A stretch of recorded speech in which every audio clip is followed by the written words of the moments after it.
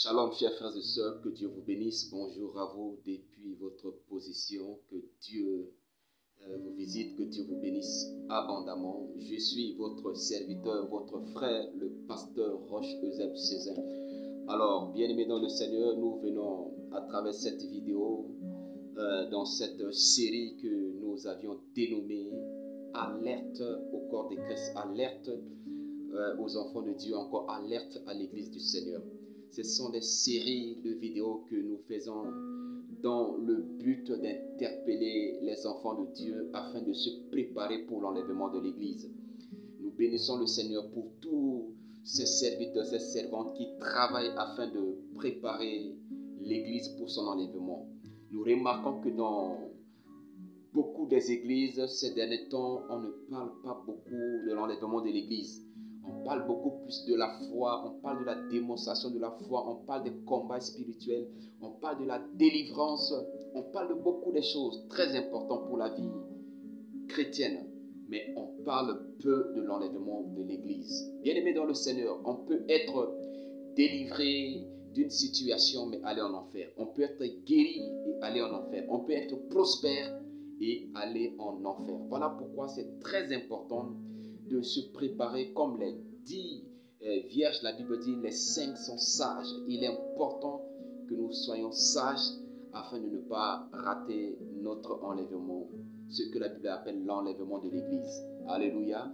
Alors, bien-aimés dans le Seigneur, si vous n'êtes pas encore abonné, je vous encourage à vous abonner à cette page, à aimer ces vidéos dans le but de préserver les vidéos pour ne pas que les méchants vont commencer à signaler la vidéo et YouTube finira par les bloquer. Donc, aimez s'il vous plaît et encore plus partagez la vidéo. Faites le travail d'un évangéliste pour partager ces vidéos afin de nous aider dans cette tâche qui consiste à alerter le corps de Christ, à alerter les enfants de Dieu.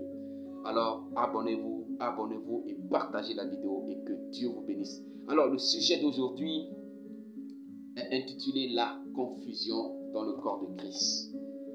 La confusion. La confusion. L'une des stratégies dont le diable utilise aujourd'hui pour tenir captifs les enfants de Dieu ou encore pour les détourner du droit chemin, c'est la confusion. La confusion. Alors, bien aimé dans le Seigneur, c'est quoi la confusion? La confusion, c'est, si on veut voir un peu le dictionnaire par-ci par-là, la confusion, c'est l'action de confondre. C'est le fait de confondre. Or, quand on parle de confondre, on parle tout simplement le fait de mélanger quelque chose au point où on n'arrive pas à faire la distinction. Voilà. De mélanger quelque chose, de mettre quelque chose en désordre au point où on n'arrive pas à faire la distinction. Et nous voyons aujourd'hui dans la maison de Dieu beaucoup de mélanges. Nous voyons dans l'église beaucoup de désordres. Mais ces désordres ne viennent pas du Seigneur. Ça ne vient pas de Dieu. Parce que la confusion ne vient pas de Dieu. Lisons par exemple Somme, le chapitre 22, le verset 6. Écoutez ce que David dit. C'est le roi David qui parle ici et qui dit ceci. Il dit, ils criaient à toi et ils étaient sauvés. Ils se confiaient en toi et ils n'étaient pas confus. Alléluia. David parlait de ses pères, de ses prédécesseurs. Il parlait de Moïse, il parlait d'Abraham, il parlait de Jacob, d'Isaac. Ces personnes se sont confiées à l'Éternel. Et ils n'étaient pas du tout confus. Et David, dans sa prière, il disait ça à Dieu. Nos pères se sont confiés en toi. Ils se sont confiés à toi. Mais ils n'étaient pas du tout confus. Alléluia. Et bien aimé dans le Seigneur, nous pouvons voir aussi dans Romains, le chapitre 9, Romains chapitre 9, le verset 33. Romains chapitre 9, le verset 33. Vous allez voir que l'apôtre Pierre aussi a confirmé ça dans 1 Pierre chapitre 2 du verset 6 au verset 10. Alors Romains chapitre 9, le verset 33 dit, selon qu'il est écrit, voici, je mets en Sion une pierre d'achoppement, et un rocher de scandale. Et celui qui croit en lui ne sera point confus. Il s'agissait du Seigneur Jésus. On dit celui qui croit en lui ne sera point confus. Alors d'où vient la confusion? La confusion vient tout simplement du diable. Et le diable crée des désordres. Le diable crée des confusions pour amener les enfants de Dieu à ne pas arriver à faire la distinction, afin de perdre le contrôle et commencer maintenant. Quand tu n'arrives pas à faire la distinction entre le bien et le mal, tu risques de prendre le mal à la place du bien et tu vas commencer à commettre le bien, à commettre le mal. Et cela va te conduire sur le mauvais chemin. Cela va te conduire à la perdition. Et c'est le travail que le diable fait. C'est ainsi que vous allez voir qu'il y a beaucoup de serviteurs de Dieu qui se lancent aujourd'hui et qui font tellement de dégâts au point où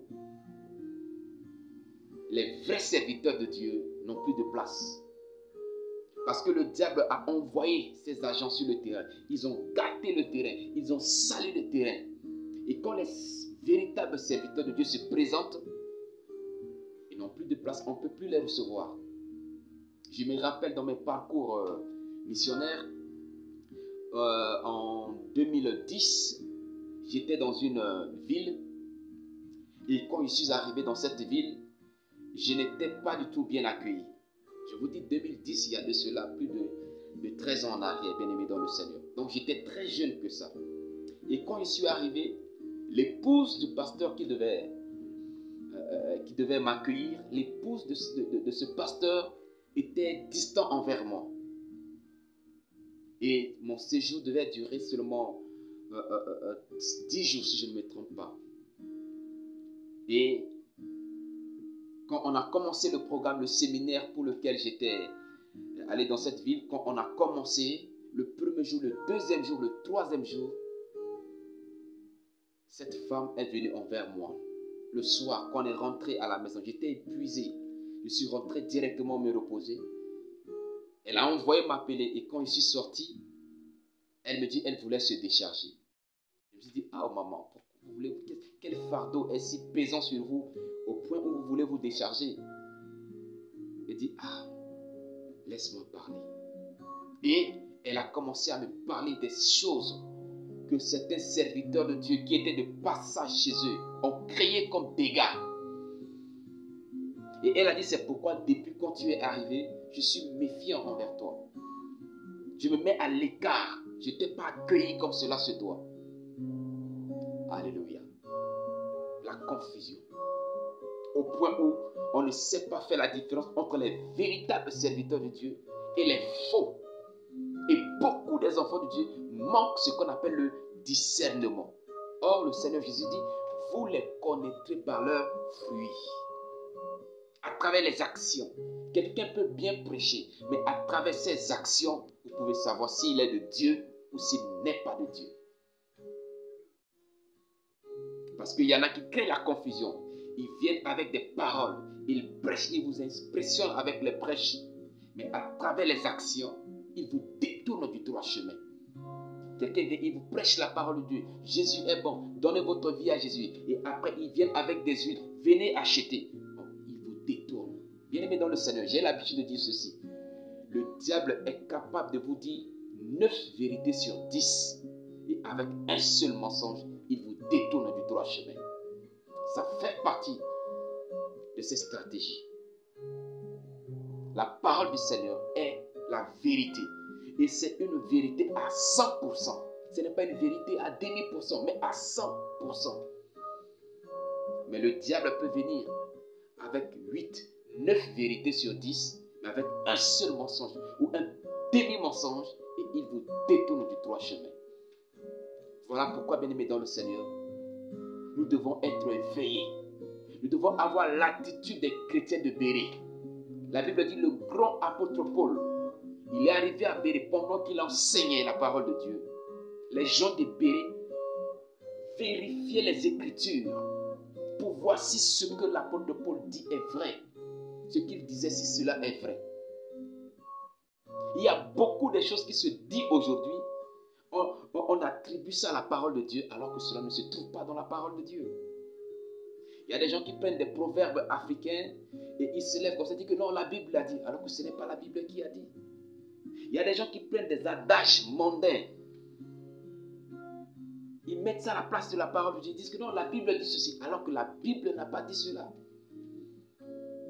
Il arrive de fois, les gens disent que non, il est écrit dans la parole de Dieu, il faut ceci, il faut cela. Alors que dans la parole de Dieu, cela n'a été écrit nulle part. Et l'une des choses que nous devons retenir, c'est que tout ce qui est dit dans la parole de Dieu est dit dans un contexte précis. Et nous devons tenir compte des contextes. J'entends parfois les gens disent que non, Dieu voit ce dans mon cœur, Dieu voit le cœur, Dieu voit le cœur. Mais quand la Bible dit Dieu voit le cœur, c'est dans un contexte. Ça ne veut pas dire comme Dieu voit le cœur, à l'extérieur, maintenant je vais me comporter n'importe comment. Je vais être nu, parce que Dieu ne voit pas ma nudité, parce que Dieu voit mon cœur. Donc je peux être nu, mais bien aimé dans le Seigneur. Mon prochain voit mon nu, ma nudité. Mon prochain peut être scandalisé par ma nudité. Voilà pourquoi quand je m'habille convenablement. Mais beaucoup de nos sœurs n'ont pas compris cela. Quand tu essaies de leur dire de s'habiller convenablement, décemment, c'est dire que non, Dieu voit mon cœur, Dieu voit mon cœur. La Bible dit de ne pas être une occasion de chute. Alors bien aimé dans le Seigneur, il y a tellement de confusion. Même dans les messages, il y a trop de confusion de nos jours. Prenons autre exemple concernant le ministère. Aujourd'hui, tu ne sais pas qui est prophète, tu ne sais pas qui est apôtre, tu ne sais pas qui est évangéliste, tu ne sais pas qui est pasteur.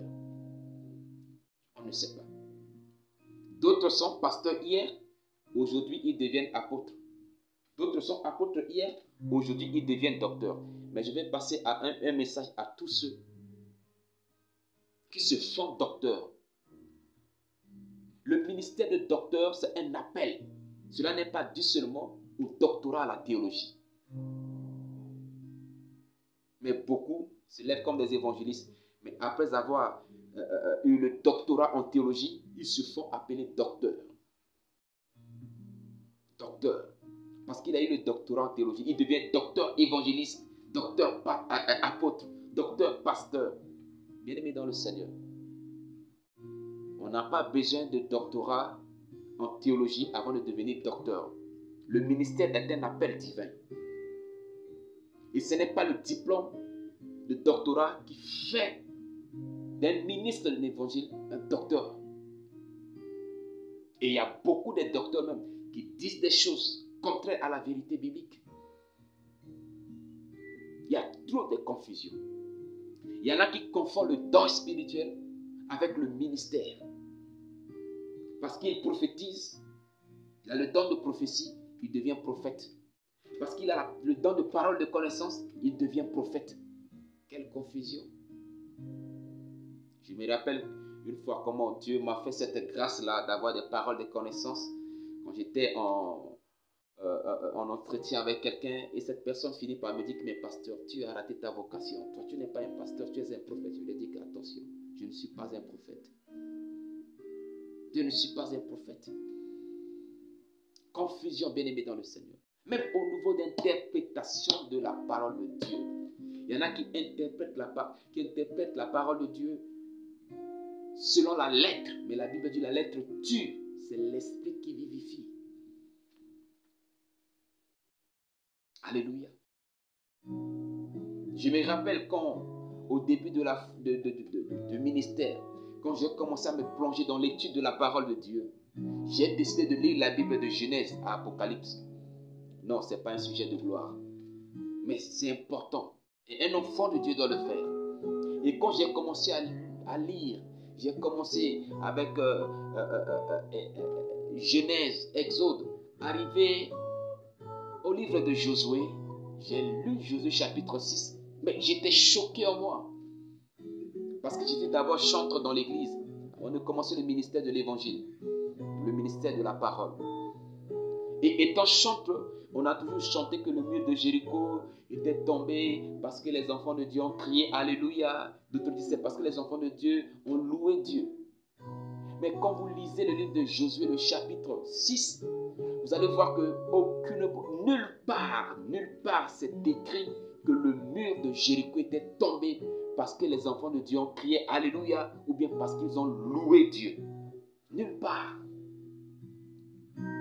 La Bible a parlé de cris, mais ce n'est pas aussi à cause du cri que le mur était tombé. C'est plutôt à cause de leur obéissance, parce qu'ils ont obéi aux instructions de Dieu. Et ça se dit, bien-aimés, levez-vous, on va louer le Seigneur. Oui, les enfants de Dieu ont loué Dieu et le mur de Jéricho était tombé. Lève-toi, on va louer le Seigneur et les murs de ton problème vont tomber. Je crois à la puissance de la louange, mais ce n'est pas la louange qui a fait tomber le mur de Jéricho.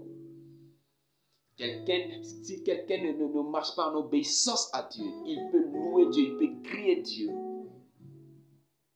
Il ne verra pas l'œuvre de Dieu dans sa vie. Il ne sera pas enlevé. Parce que la Bible dit, sans la sanctification, nul ne verra le Seigneur. Alors, le diable crée tous ces désordres-là pour détourner les gens du droit chemin, afin de les conduire à la perdition. Et il est important que les enfants de Dieu prennent conscience. Parce que ces derniers temps, trop de confusion. Il m'arrive des fois d'allumer la télévision ou bien la radio. Je vois des prédicateurs qui viennent et qui donnent les thèmes.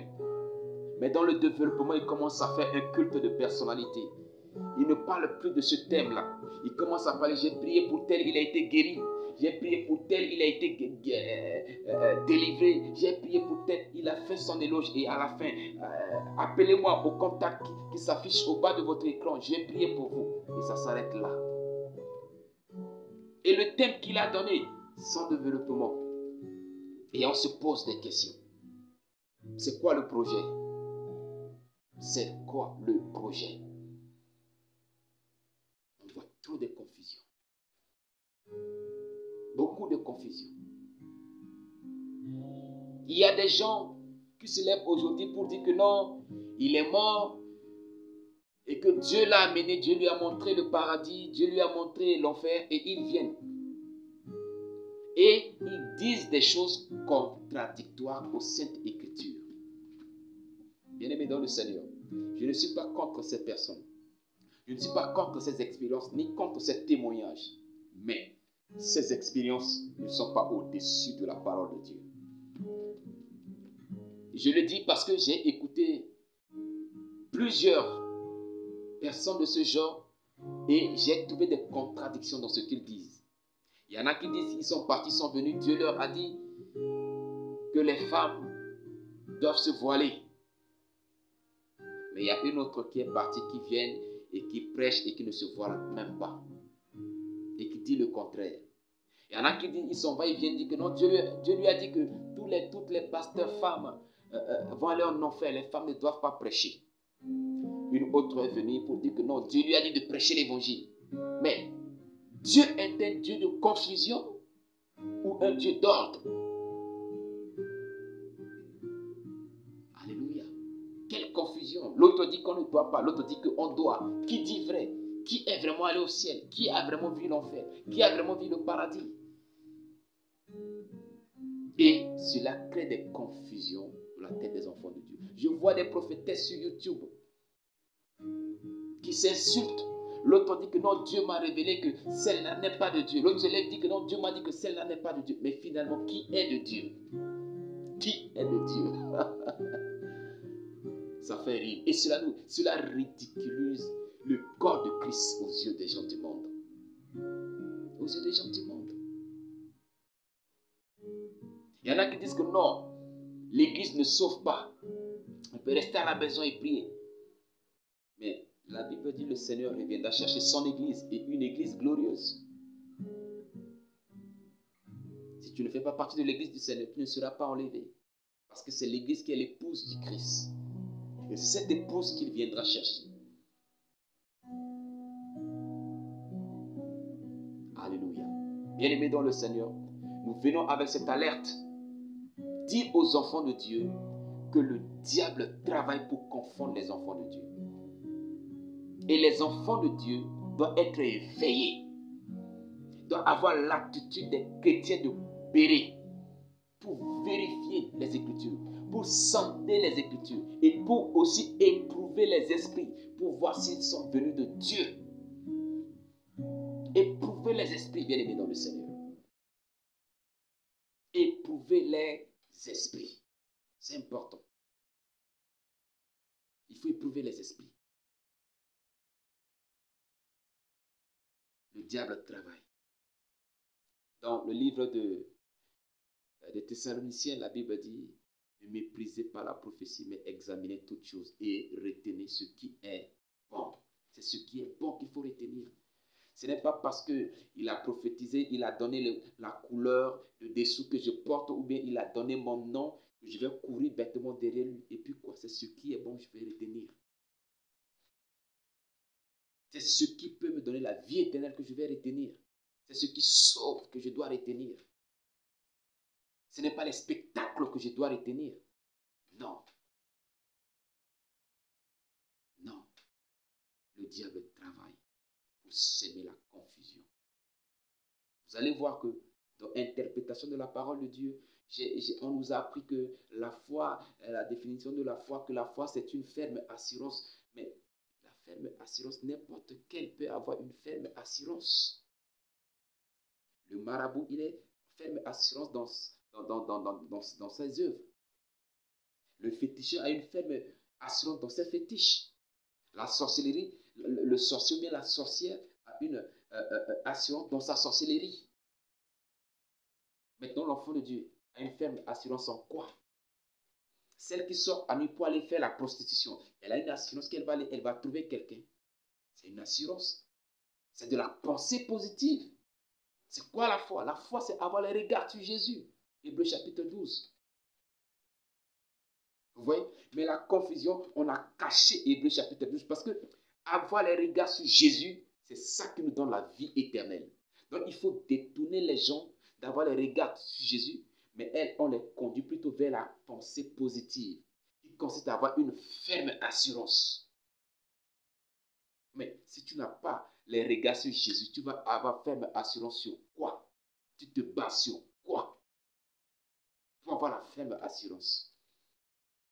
Nous, c'est sur Jésus. Parce que c'est lui qui est le chemin, c'est lui qui est la vérité et c'est lui qui a la vie. Alors, bien-aimés dans le Seigneur, je finis en vous disant ceci. Lazare a été ressuscité, mais après Lazare était mort. Tu peux être délivré aujourd'hui d'une situation, mais aller en enfer demain. Tu peux être guéri aujourd'hui, mais rater l'enlèvement demain. Tu peux être prospère aujourd'hui, mais rater l'enlèvement demain. Alors, pour ne pas rater l'enlèvement, ou encore pour ne pas mourir, excusez-moi, pour ne pas mourir dans le péché, il faut se repentir. Il faut avoir les regards sur le Seigneur Jésus. Il faut méditer la parole de Dieu. La Bible nous recommande de la méditer jour et nuit afin d'agir fidèlement. Méditant la parole de Dieu, bien-aimé dans le Seigneur. Car il y a trop de confusion. Mais en méditant la parole de Dieu, avec la prière, le Saint-Esprit nous conduira dans la vérité.